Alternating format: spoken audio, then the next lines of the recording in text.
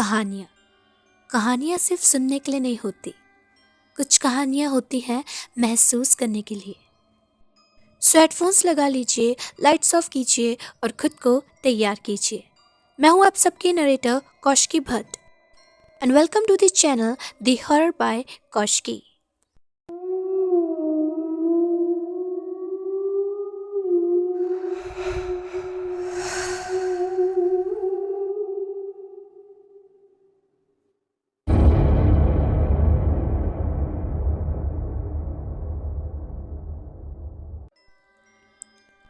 मेरा नाम अदिति है। ये इंसिडेंट मेरी लाइफ का एक रियल इंसिडेंट है। ये बात आज से कुछ 3 साल पहले की है। मैंने जब 12th क्लास पास आउट किया था एंड हर एक बच्चे की तरह आई वॉज ऑल्सो एक्साइटेड कि अब मैं भी एक इंडिविजुअल लाइफ जीऊंगी, पीजी में रहूंगी, अकेले रहना एक्सपीरियंस करूंगी। तो बस इसीलिए मैं और मेरी बेस्ट फ्रेंड रुचि हम दोनों पुणे चले गए अपनी कोचिंग के लिए। बट हम दोनों नहीं जानते थे कि आगे हमारे साथ क्या होने वाला है। हम दोनों वहाँ पहुँचते हैं एंड वहाँ जाते ही सबसे पहला काम था पीजी को सर्च करना। तो हमने वही किया एंड वहाँ जाकर हमें एक रूम भी मिल गया था और हम दोनों वहीं पर रहते थे। कुछ दिन तक सब कुछ नॉर्मल रहा, बट देन एक दिन की बात है, रात का कुछ 12 बजे का वक्त हो रहा था और मैं सो चुकी थी। लेकिन जब मैं सो रही थी तो मुझे किसी के तो रोने की आवाज़ आई और जैसे ही मेरी नींद उस आवाज़ से खुली, मुझे रियलाइज़ होता है कि मेरी दोस्त रुचि रो रही है। एंड उसको रोते हुए जब मैंने देखा तो मैंने इमीडिएटली उसको पूछा कि क्या बात है और वो रो क्यों रही है। जिस पर कि वो मुझे बोलती है, अदिति मुझे बिल्कुल भी अच्छा फील नहीं हो रहा है। उसकी ये बात सुनकर मैंने उससे कहा, आई नो यार, तू रो क्यों रही है? मुझे पता है हम यहाँ पर नए नए शिफ्ट हुए हैं, बस इसीलिए तुझे ऐसा फील हो रहा है। अच्छा प्लीज़ तू टेंशन मत ले, कल हम कहीं बाहर चलते हैं, अभी सो जा। मैंने उसको ये सब कुछ समझाया एंड देन कुछ देर बाद वो सो गई एंड मैं भी सो जाती हूँ। लेकिन एक चीज़ जो थी उस पीछे में, वो मैंने भी नोटिस करी थी। हमें उस पीछे में लगभग 6 या 7 दिन हो चुके थे, लेकिन वहाँ पर हमसे कोई भी बात नहीं करता था। हम वहाँ पर अगर किसी से भी बात करने की कोशिश भी करते तो वो लोग हमें इग्नोर कर देते थे।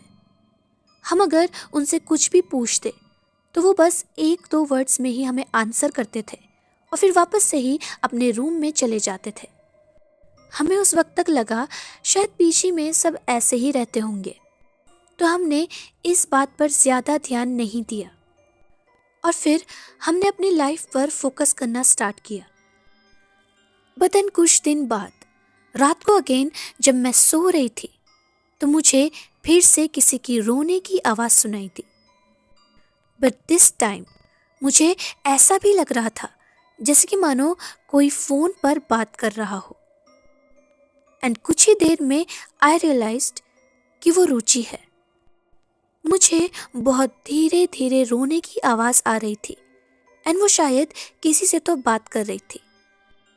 बट एट अ टाइम मैंने उसे डायरेक्ट नहीं पूछा, बट अगले दिन मैंने उससे पूछा, रुचि तू रात को किससे बात करती रहती है यार? जिस पर कि वो मेरी तरफ एक ब्लैंक फेस के साथ देखती है और फिर वो बोलती है, मैं रात को फ़ोन पर बात कर रही थी, वो भी किसी से और वो भी रो रो कर।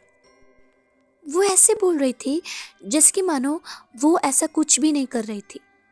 बट देन आई सेड, हाँ मतलब मुझे रात को आवाज़ आ रही थी, लाइक कल तू किसी से बात कर रही थी क्या? एंड देन वो मुझे बोलती है, अरे मुझे याद नहीं है, मैंने तो कल किसी से भी बात नहीं करी, इवन मैं तो टाइम पर सो गई थी। उसकी ये बातें सुनने के बाद मैं कुछ भी नहीं बोल पाई, लेकिन मैं थोड़ा सा हेजिटेट किया और उसके बाद उसका फ़ोन मांगा। वो मुझे अपना फ़ोन देती है एंड देन मैंने उसके फ़ोन पर रीसेंट कॉल लिस्ट को चेक किया, बट उसमें कोई भी ऐसा नंबर नहीं था जिससे कि वो रात को बात कर रही हो, और मे भी शायद उसने वो डिलीट कर दिया हो, आई डोंट नो। मैंने उसको उसका फ़ोन वापस कर दिया एंड देन आई डिसाइडेड कि आज रात अगर ये फिर से ऐसा कुछ करती है तो मैं इसको उसी वक्त पूछूंगी। सो वो पूरा का पूरा दिन हमारा निकला एंड रात हो जाती है। मैं कुछ 11 या 11:30 बजे अपनी स्टडीज़ कर कर अपने बिस्तर पर सोने चली गई, बट मुझे याद था कि आज अगर इसने फिर से ऐसा कुछ किया तो मैं उसी वक्त ज़रूर पूछूंगी। एंड देन कुछ ही देर में मुझे नींद आ जाती है एंड आफ्टर दैट अगेन फिर से मेरी नींद अचानक से एक आवाज़ से खुलती है और मुझे वैसे ही धीरे धीरे बात करने की आवाज़ सुनाई दी और साथ के साथ मुझे रोने की भी आवाज़ आ रही थी। बट दिस टाइम मैंने एक चीज़ नोटिस करी कि वो जिसकी भी आवाज़ थी वो रुचि से थोड़ा डिफरेंट थी। उसकी आवाज़ तो ऐसी नहीं है। एंड देन इस पॉइंट तक मुझे थोड़ा सा डर लगना स्टार्ट हो चुका था।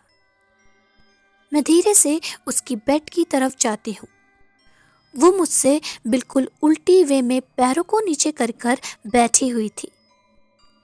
मैं उसके पास जाती हूँ और मैंने उसके शोल्डर पर हाथ रखा और उसके बाद मैंने उसको कहा, रुचि तू ऐसे क्यों बैठी है? और मेरा ये करते के साथ ही उसने झटके से मेरी तरफ मुड़कर देखा एंड देन उसने मुझे कहा, जाकर सो जा। और जब उसने मुझे वो कहा, ट्रस्ट मी, मैं डर चुकी थी। उस मोमेंट तक जब मैंने उसकी आंखों को देखा तो उस वक्त मैं उससे आर्ग्यू बिल्कुल भी नहीं कर पाई और मैं चुपचाप अपने बेड पर चली गई और उसकी वही रोती हुई और किसी से बात करने की आवाज़ सुनते सुनते मुझे नींद आ गई। अगली सुबह मैं उसके पास गई और उसके बगल में बैठकर मैंने उससे पूछा, रुचि देख, तू कल रात को फिर से किसी से बात कर रही थी और तूने मुझे जाकर सो जा भी बोला जब मैंने तुझे पूछा। आई मीन तू ठीक तो है ना? मतलब तू मुझसे शेयर कर सकती है। जिस पर कि उसकी आंखों से आंसू आ गए। उसके चेहरे पर साफ साफ दिख रहा था कि वो ठीक नहीं है। एंड देन उसने मुझे डरती हुई आवाज़ में बोला,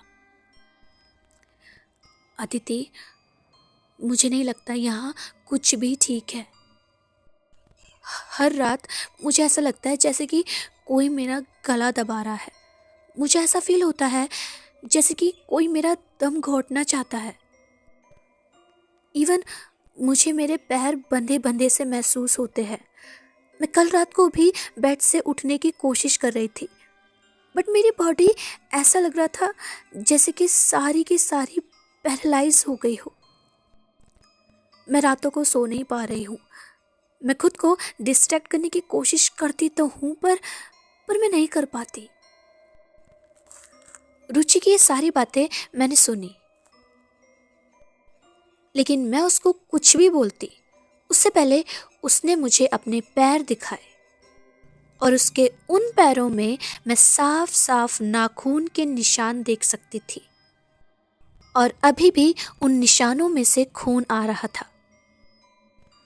और जब मैंने उसकी ऐसी हालत देखी मैं काफ़ी ज़्यादा डर चुकी थी।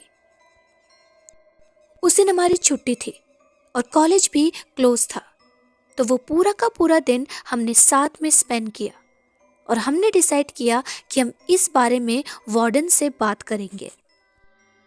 और उस रात भी सेम ही चीज़ें होती हैं, सेम चीज़ें रिपीट होती हैं। और अगले दिन रुचि ने अगेन मुझे जब अपने हाथ और पैर दिखाए तो वो निशान अभी भी उसके शरीर में थे, लेकिन इस बार वो ज़्यादा थे। एंड एट दैट टाइम हम दोनों अपने वार्डन से मिलने जा ही रहे थे कि इतने में पीजी के गार्ड ने हम दोनों को रोककर पूछा, अरे तुम दोनों वही बच्चियां हो ना जो रूम नंबर 7 में रुकी हैं। जिसके बाद मैंने और रुचि ने एक दूसरे की तरफ देखा और फिर उनसे कहा, हाँ हाँ अंकल, बट आप कैसे जानते हैं? कि तभी उन्होंने फिर से पूछा, तुम दोनों ठीक तो हो ना? मतलब तुम्हें कोई परेशानी तो नहीं है वहां पर? उन्होंने जब हम दोनों की वो हालत देखी तो उन्होंने कहा, अगर तुम दोनों को कोई भी दिक्कत है तो तुम वार्डन से जाकर बात कर लो, वो तुम्हारे रूम को चेकआउट कर लेंगी। मैंने जब उनकी ये बात सुनी तो मैंने उनसे पूछा, अंकल क्यों, उस रूम में कोई प्रॉब्लम है क्या? हमारा ये सवाल करते ही उन्होंने कुछ सेकंड्स का पॉज लिया और अगल बगल देखा एंड उसके बाद उन्होंने हमें धीरे से बताया, देखो यहाँ पर आज से 2 साल पहले तक एक बॉयज़ हॉस्टल था। यहाँ पर तुम्हारी एज की एक लड़की काम करने आती थी जो हमेशा यहाँ आती थी साफ सफाई करने के लिए। मगर फिर एक दिन कुछ लड़कों ने उस लड़की के साथ वो किया जो शायद उसके साथ नहीं होना चाहिए था, और फिर उसी दिन उस लड़की ने रूम नंबर 6 की बालकनी से कूदकर सुसाइड कर लिया। एक्चुअली वो रूम 2 साल से बंद था, लेकिन कुछ 2 हफ्ते पहले ही उसको रेनोवेट करवाया है और अब आप लोग उसी रूम में रह रहे हैं। बस इसीलिए मैं आप दोनों से पूछ रहा था कि कोई भी प्रॉब्लम हो तो वार्डन से बात करना। अंकल की ये बातें सुनने के बाद हम दोनों का तो मानो खून सूख गया था। हम दोनों उसी वक्त उस रूम में गए एंड हमने अपने बैग्स को पैक किया और बिना कुछ सोचे हम दूसरे पीजी को ढूंढने के लिए निकल गए, और किस्मत से हमें एक और पीजी मिल चुका था और अगले ही दिन हमने उस पीजी को छोड़ दिया। इस इंसिडेंट के बाद आज भी हमें डर लगता है और आज भी वो डर हमारे जहन में है और हम आज भी इस बारे में ज़्यादा बात करना नहीं पसंद करते। लेकिन ये कहानी मैंने आपको इसलिए बताई ताकि अगर आप किसी भी ऐसी अननोन जगह पर शिफ्ट होते हैं, फिर चाहे वो कोई पीजी हो या कोई घर हो, तो एक बार ज़रूर उसके बारे में जान लीजिएगा। So guys, this was the story. I hope you like it. ऐसी और स्टोरीज के लिए इस चैनल को सब्सक्राइब करिए, लाइक करिए एंड शेयर ज़रूर करना। मिलते हैं नेक्स्ट स्टोरी के साथ। तब तक के लिए keep listening the horror by Kaushiki.